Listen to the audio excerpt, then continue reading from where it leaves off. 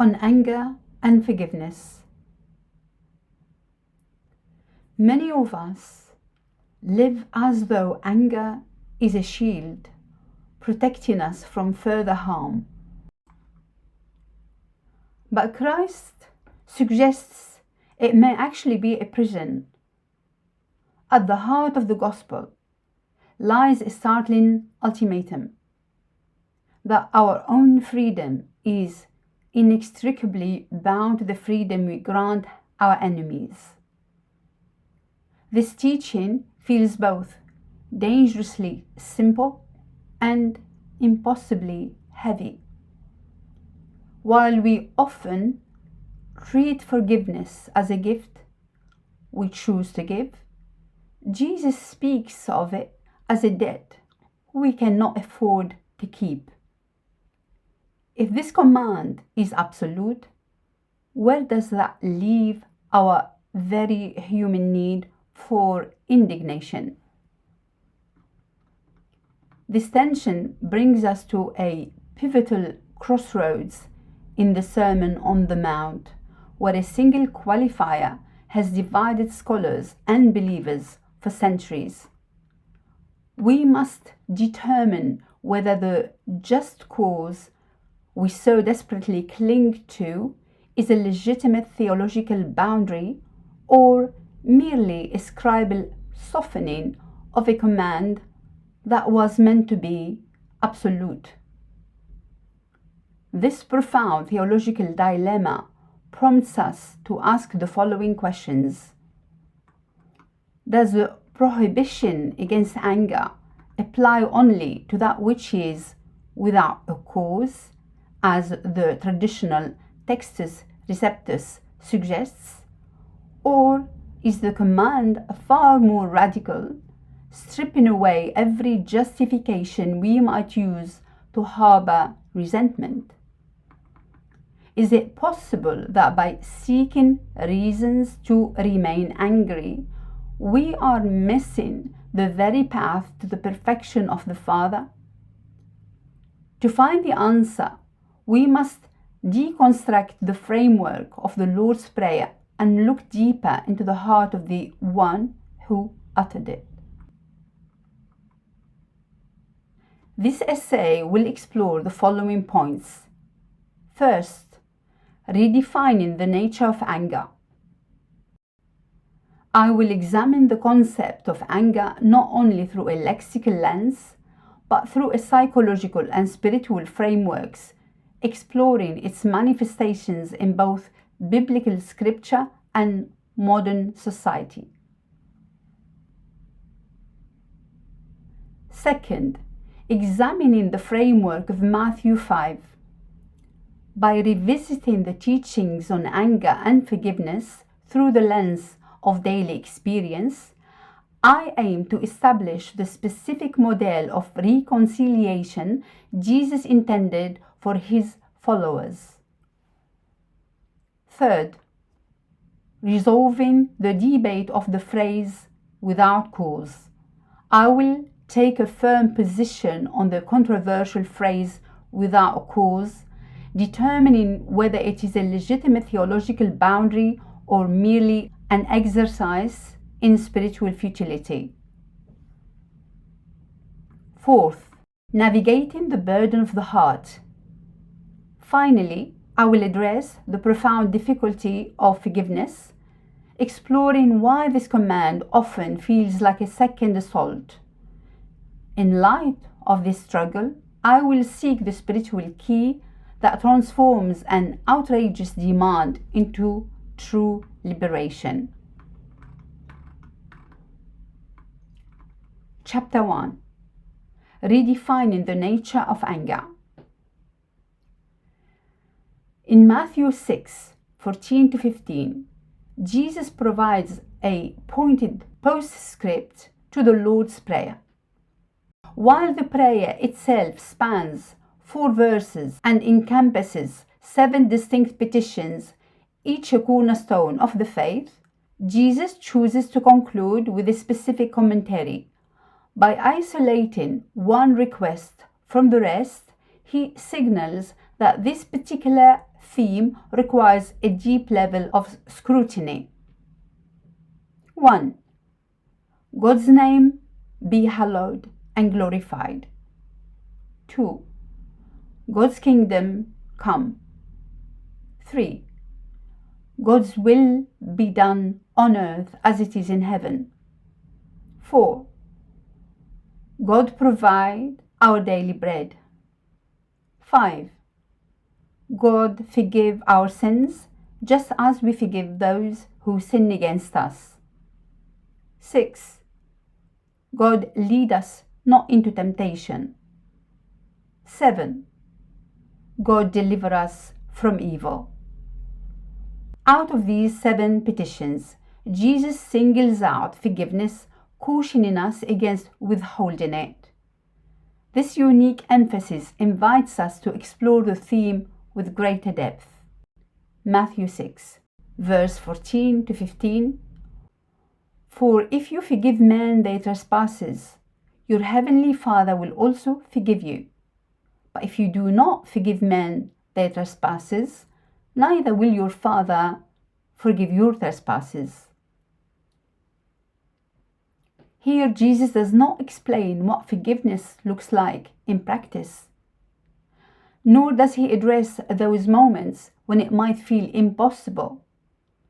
Instead, he speaks of it as a definitive principle. This is because he has already established the practical nature of forgiveness earlier in the Sermon on the Mount. Beginning in Matthew 5:21, Jesus constructs the framework for the model of reconciliation he expects his followers to embrace. Verses 21 to 22, Matthew 5. You have heard that it was said to those of old, you shall not murder, and whoever murders will be in danger of the judgment. But I say to you that whoever is angry with his brother without a cause shall be in danger of the judgment. It is impossible to discuss forgiveness without also addressing anger. The two are inextricably linked. The presence of one almost always implies the absence of the other. Therefore, to understand Christ's command, we must first explore the nature of anger as he presents it in Matthew 5. Theological debate over definition. Is it ever righteous to feel angry without a cause?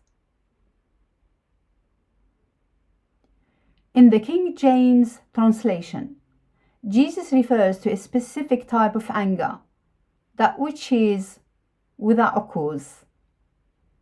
The Greek equivalent for this phrase in Matthew 5:22 is the adverb decay, which translates to without purpose, in vain, or without a just cause. This suggests an anger that is not rooted in a legitimate grievance, a distinction that invites us to examine how we define anger today. However, while this phrase appears in the Textus Receptus, the basis for the King James Version, it is notably absent from the Alexandrian manuscripts, such as Codex Sinaiticus and Codex Vaticanus. Most modern scholars consider these to be the oldest and most reliable sources. Because AK is missing from early fragments like Papyrus 64-67 and the writings of the Church Fathers like Origen, many modern translations, such as the ESV or NIV, omit the qualifier entirely. The scholarly consensus suggests that the word may have been added by later scribes to soften the absolute nature of Jesus' prohibition, making the command feel more attainable. Conversely, proponents of the Textus Receptus argue that the word is original and was accidentally lost in Alexandrian copies. They maintain that its inclusion is vital and it preserves the necessary distinction between sinful anger and righteous indignation. Whether or not the phrase without a cause was originally spoken by Jesus, the debate itself leads us to two distinct outcomes. First, if the phrase was indeed spoken by Jesus, whoever is angry with his brother without a cause shall be in danger of judgment. It implies two things. We are strictly forbidden from being angry with those who have not wronged us. We are permitted a measure of anger towards those who have truly wronged us. However, this raises a significant theological problem. If Jesus is only calling us to forgive those who have done nothing wrong, the command loses its purpose. True forgiveness, by definition, requires a debt or a grievance. If there is no cause for anger because no wrong was committed, there is effectively nothing to forgive. If we define anger as a natural reaction to perceived harm, it is physically and psychologically impossible to feel angry with someone we know has not wronged us, unless, of course, we are operating under the false assumption that they have. This raises an interesting possibility. Perhaps the proponents of the Textus Receptus use the word anger as an umbrella term for a broader range of negative emotions, rather than specifically as a reaction to a perceived injury. In this light, anger without a cause might not refer to the instinctive reaction to being hurt, but rather to a general state of malice, vanity, or unfounded hostility. If we feel negatively towards someone without a direct cause, the emotion is likely better described by its actual source. It may be envy, contempt, or fear triggered by difference. It might even be resentment over an issue that has already been resolved, where the offender has made peace, yet the bitterness remains. In such cases, we may sound angry, but in reality, we are operating out of resentment, envy, or disdain. The reality is this: if true anger stems solely from being wronged, then one must first be wronged before they can experience genuine anger. Second, if the phrase without a cause was not spoken by Jesus, the verse takes on a different weight. Matthew 5:22, "But I say to you that whoever is angry with his brother shall be in danger of the judgment." Without a cause has been omitted here. Such a warning against unconditional anger leads to two radical conclusions. A. We are not permitted to be angry with others, regardless of whether they have wronged us. B. Instead, we are called to forgive all people at all times.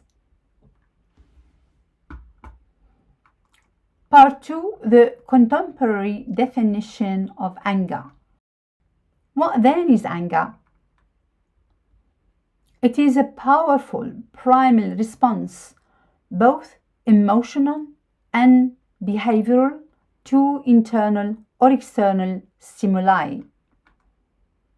It is not unique to humans. It is in fact a common feature throughout the animal kingdom. At its core, however, anger is a condition of the heart, rooted in simple or complex causes that could be either conscious or unconscious. Like any condition, it manifests through symptoms that range from feelings of displeasure and tension to hostility, aggression, and even the desire to harm oneself or others. Therefore, anger does not always arise from perceived injustice, frustration, or threats. It does not occur only when goals are blocked or unfair treatment is experienced. Rather, its origins can be far more complex.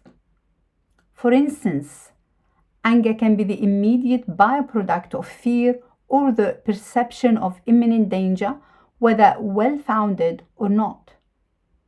In such cases, it manifests as a fight response, triggering physical reactions such as increased adrenaline and blood pressure, a biological surge that, if unmanaged, can quickly spiral into rage or aggression. Anger can also be an expression of a deeply broken self towards the objects of its envy or contempt. Racial or class-based hostilities, for instance, are often based on the perception that one group is inherently superior or inferior to another. This worldview can stir deep-seated hatred, manifesting in unprovoked and even deadly attacks.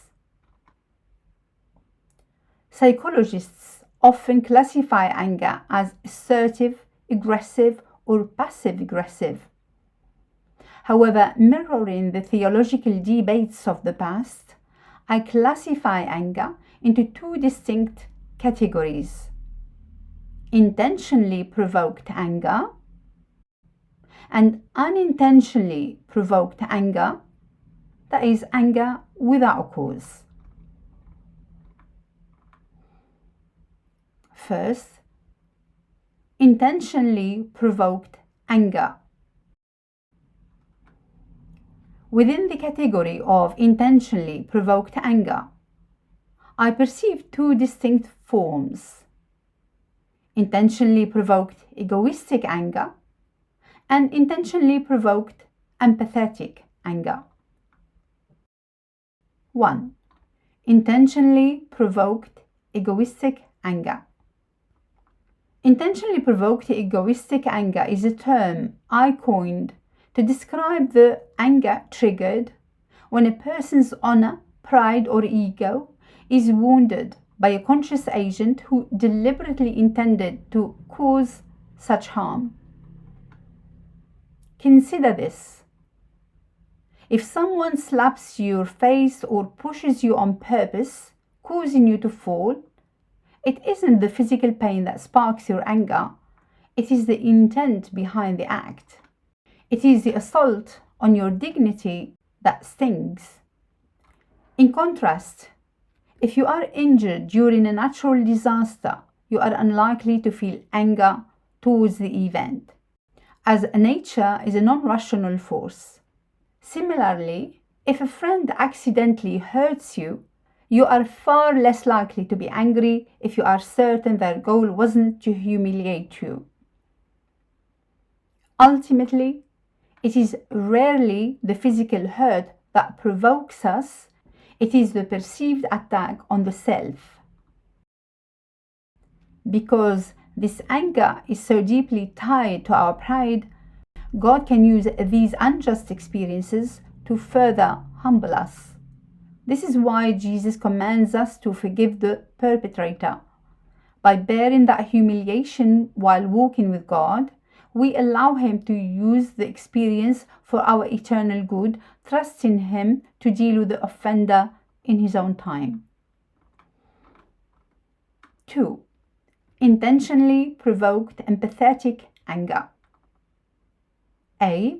Fighting the darkness around us.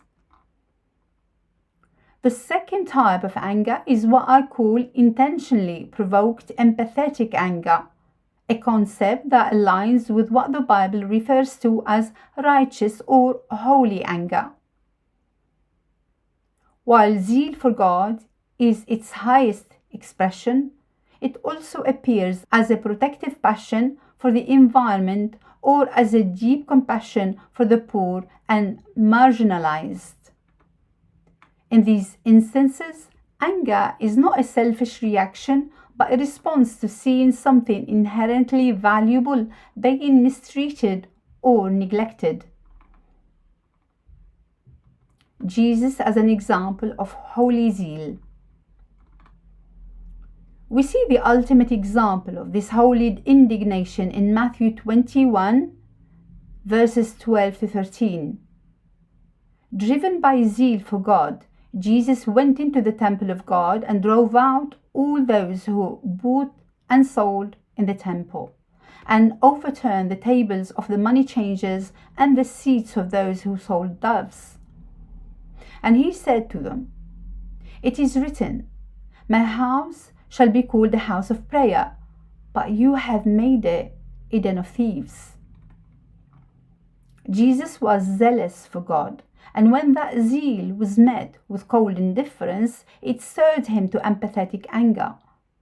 In the temple, he was moved to challenge the merchants, overturning their tables and denouncing their trade, not out of personal malice, but from a fierce, protective passion for God's house. This was a clear expression of outrage against unrighteousness. It was a ferocious response to the hypocrisy of religious leaders who were exploiting the faithful and leading the sheep astray. Jesus also displayed this empathetic anger in Luke 13, verses 10 to 17, when he was challenged for healing a woman on the Sabbath. His response resonates with a sharp, holy indignation as he rebukes his critics. Hypocrites!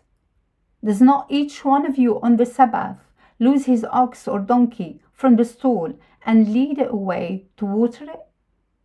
So ought not this woman, being a daughter of Abraham, whom Satan has bound for 18 years, be loosed from this bond on the Sabbath? Today, we see similar expressions of empathetic anger in those who campaign for human and animal rights. These individuals often feel a deep sense of outrage at the cruelty of certain practices, the indifference of public opinion, and the heartless policies that permit such suffering. This is not a selfish emotion. Rather, it is another form of empathetic anger, a response triggered by compassion for the vulnerable and a profound desire for justice. In the Old Testament, God called us to a form of righteous anger in our struggle for justice. In Isaiah 58, he describes the kind of devotion he truly desires. Is this not the fast that I have chosen? To loose the bonds of wickedness, to undo the heavy burdens, to let the oppressed go free, and that you break every yoke. This passage suggests that true spiritual service is not passive. It requires us to actually confront and dismantle the bonds of wickedness and heavy burdens that afflict others. It is a clarion call, one that stirs within us a type of intentionally provoked empathetic anger that fights for the freedom of the oppressed. God also inspired King Solomon to provide similar counsel in Proverbs 31, verse 8 to 9. Speak up for those who cannot speak for themselves, for the rights of all who are destitute. Speak up and judge fairly. Defend the rights of the poor and needy. Building upon Solomon's counsel, the prophet Isaiah underscores this responsibility in Isaiah 1:17.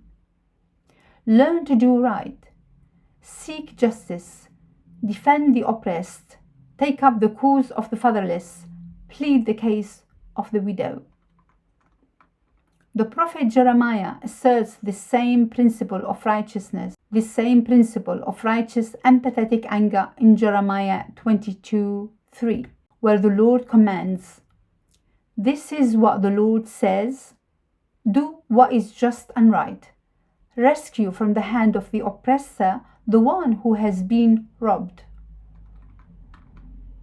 Through these verses, God describes a holy anger, one that compels a person to stand and defend the victims of injustice.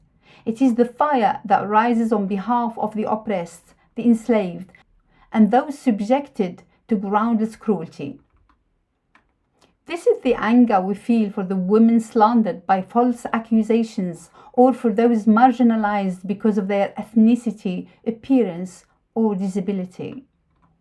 God makes it clear we are called to feel a protective outrage for those whom the wicked one has crushed under heavy burdens, and we are expected to fight on their behalf.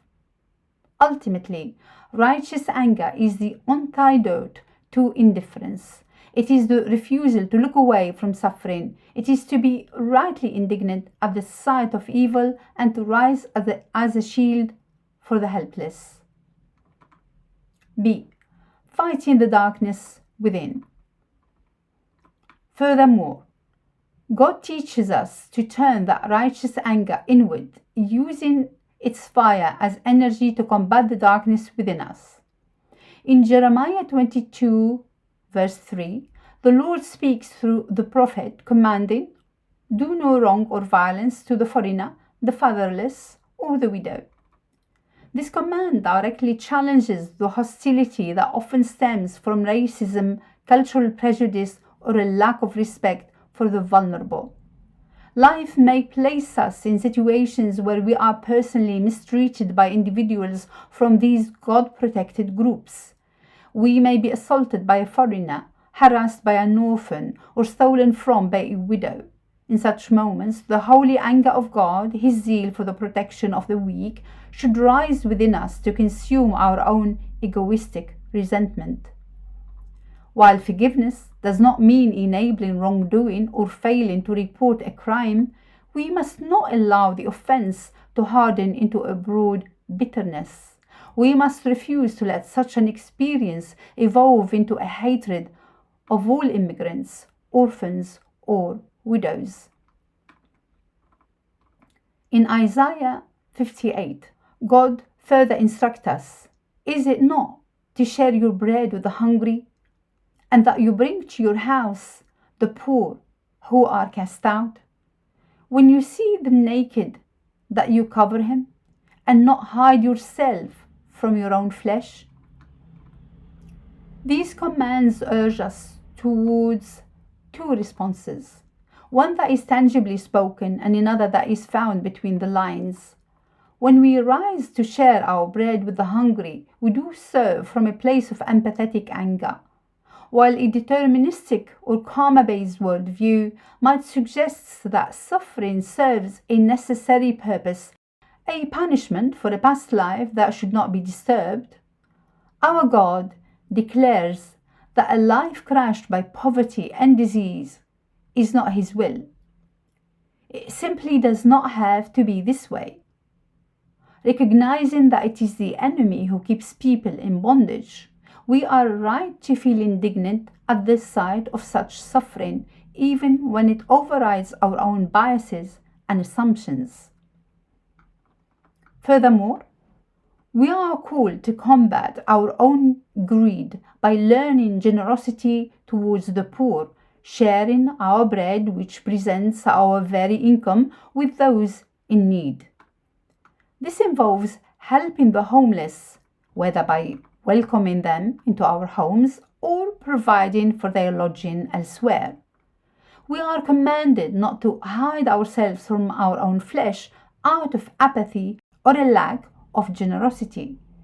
Instead, we must embrace our own flesh and blood, refusing to turn away from them, except in cases of persecution where Jesus himself commanded us to flee.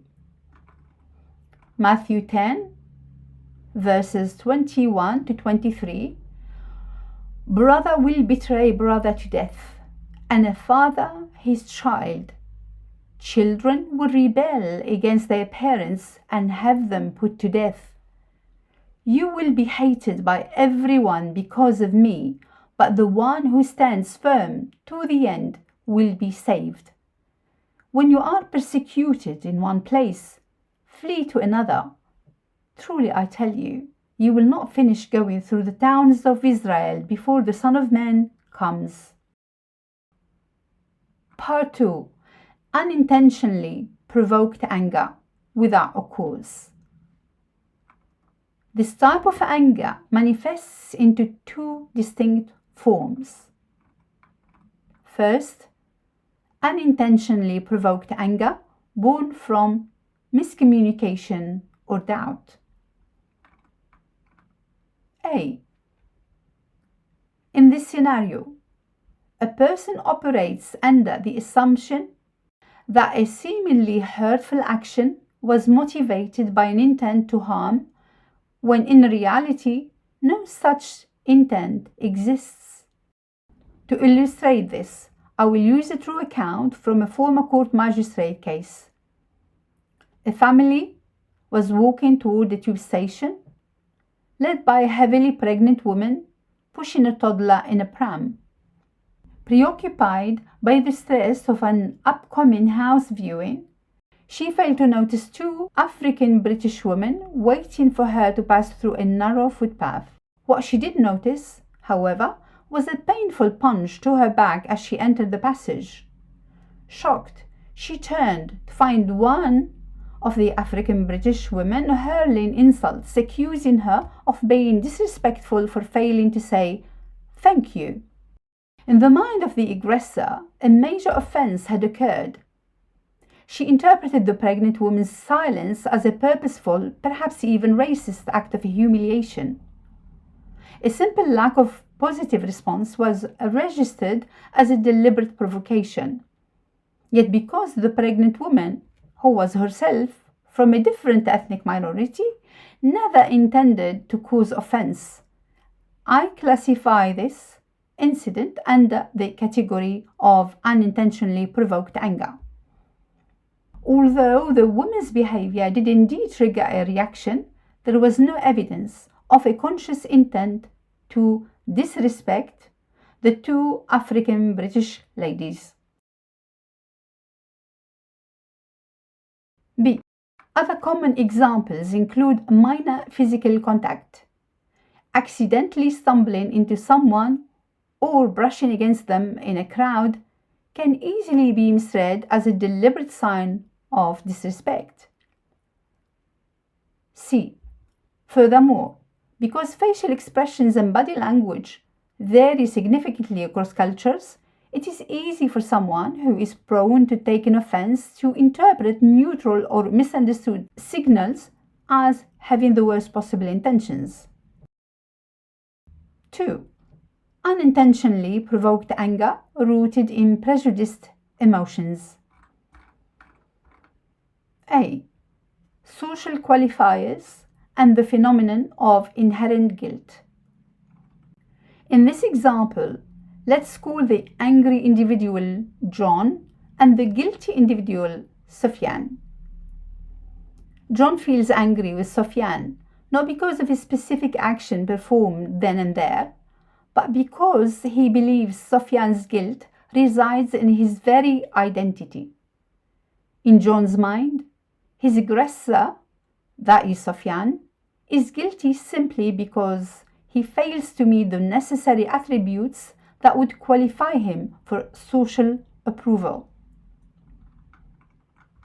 I use the term social qualifiers to describe all the attributes and qualities that one deems necessary for others to be socially accepted. Ultimately, This anger stems from a personal judgment on whether Sufyan is even allowed to exist if he fails the social approval test John set for him. Now, these social qualifiers might be based on background, disability, or appearance, none of which Sufyan is responsible for or able to change. This perceived guilt of identity can lead to two types of reaction.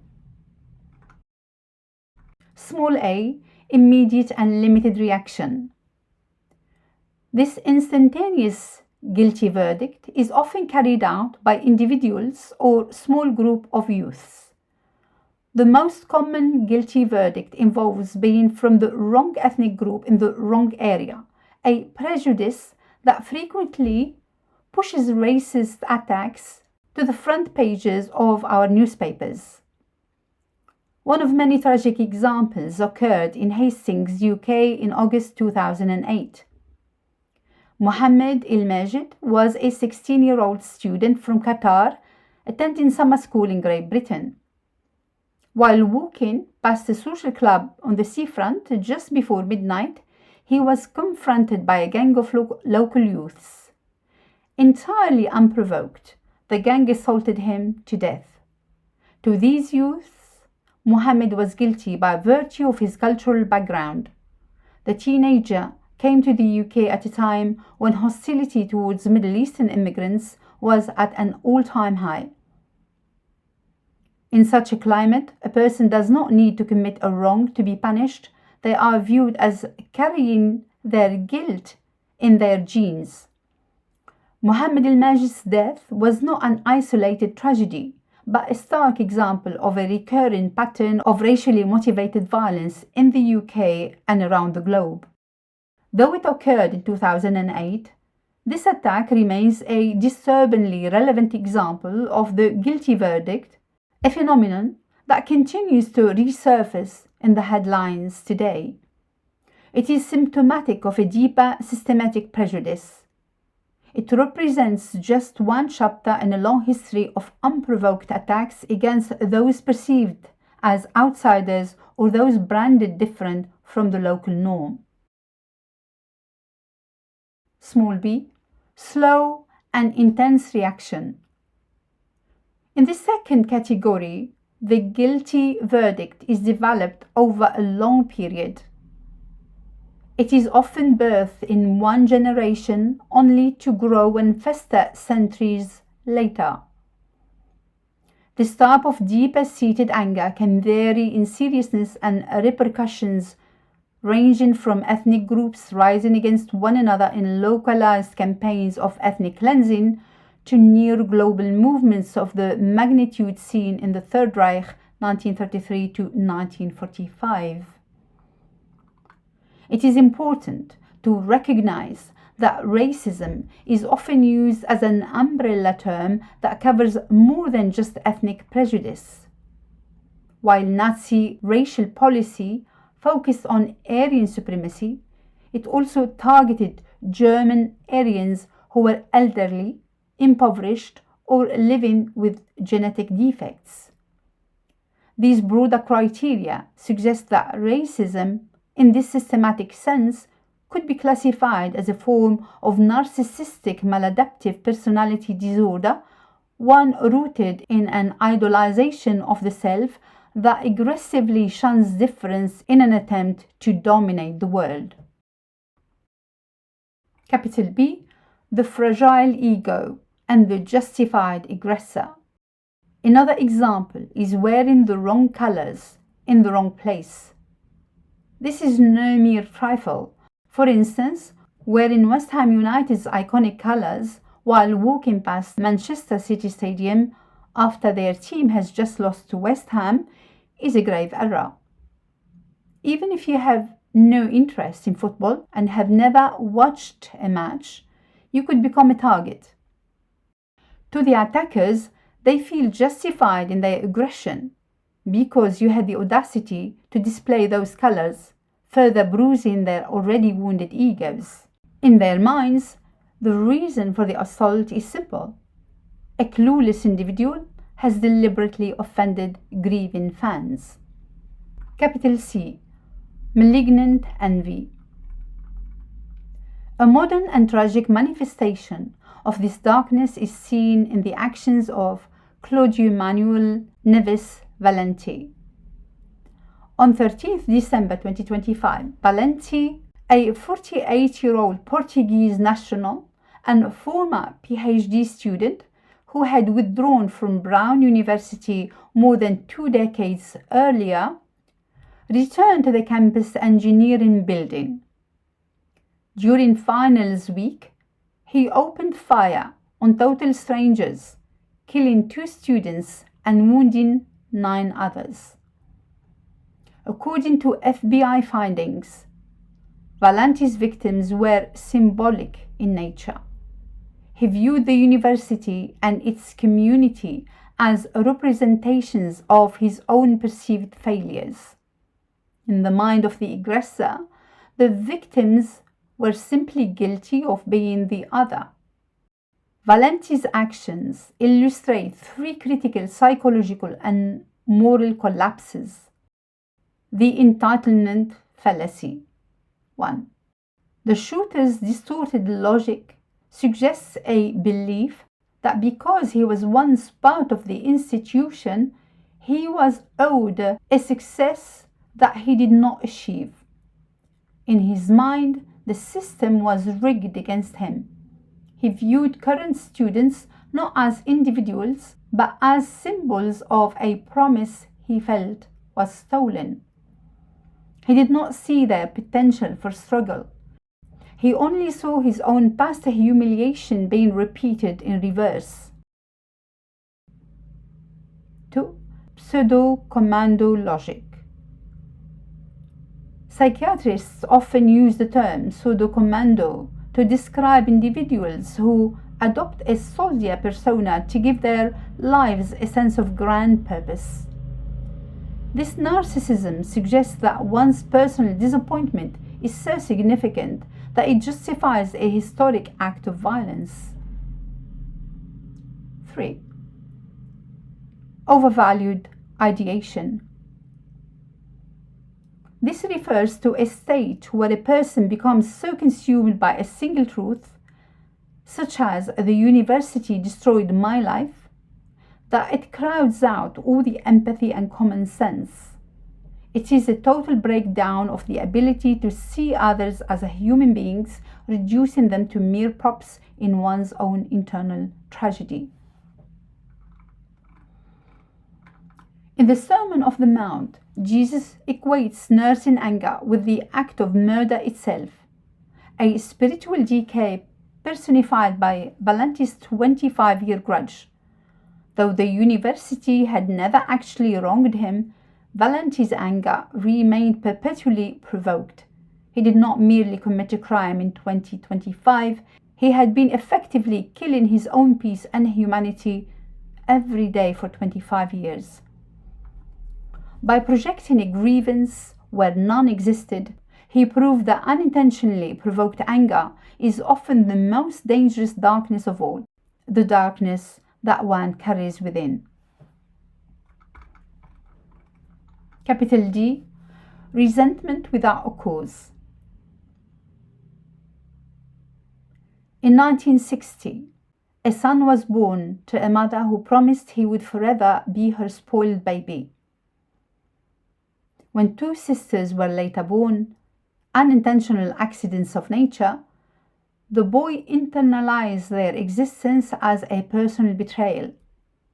Viewing these infants as offenders who had stolen his identity, he sought to eliminate them. He succeeded with the first during her illness, but the second survived under a hedge of divine protection. Thwarted, his resentment evolved into visceral cruelty. He tortured her in private, convinced she was guilty of robbing him of his mother's devotion. These irrational emotions did not fade with time. Instead, he sought new justifications for his hatred, eventually targeting all his older siblings. Such distorted anger rarely flourished in isolation. Here, the mother served as his primary enabler, allowing him to absorb a toxic worldview without ever challenging his deceptive self. Capital E. Relationships from a narcissistic point of view. Consider a man whose deep-seated insecurity prevents him from sustaining any relationship where he is intellectually challenged. Haunted by the fear that his family might admire a partner more than him, he enters a marriage only to build a psychological prison around his wife through years of triangulation. To him, she is guilty simply for her eloquence or her daring to express herself. He views her as a threat, a rival who might steal his parents' affection, just as he perceived his younger siblings had done decades earlier. This pattern is rooted in his childhood humiliation, where his siblings' high IQ overshadowed his own. Determined to never repeat that experience, he systematically dismantles his wife's reputation. In his distorted reality, she is guilty not of any actual transgression, but of her potential to outshine him. She has become the symbol of every confident, educated person he feels he can never measure up to. Capital F. Guilt from the perspective of a self-entitled adult child. A self-entitled adult child, whom we will call Victoria, may harbor intense animosity towards her parents for challenging her destructive or illicit behavior. Victoria's resentment often stems from her parents' refusal to provide the resources necessary to sustain her hedonistic lifestyle. Yet far from being malicious, the parents are simply adhering to their principles by rejecting a lifestyle and mindset they view as fundamentally wrong. Conclusion. The transition from anger born of miscommunication, category 1, to anger rooted in prejudiced emotions, category 2, reveals a shift from external confusion to internal decay. This progression offers a profound psychological insight into the debate over Matthew 5:22. While some translations of the Sermon on the Mount condemn being angry with a brother without a cause, the examples of Valente, Victoria, and the social qualifiers of John demonstrate that a cause can be entirely manufactured by the heart.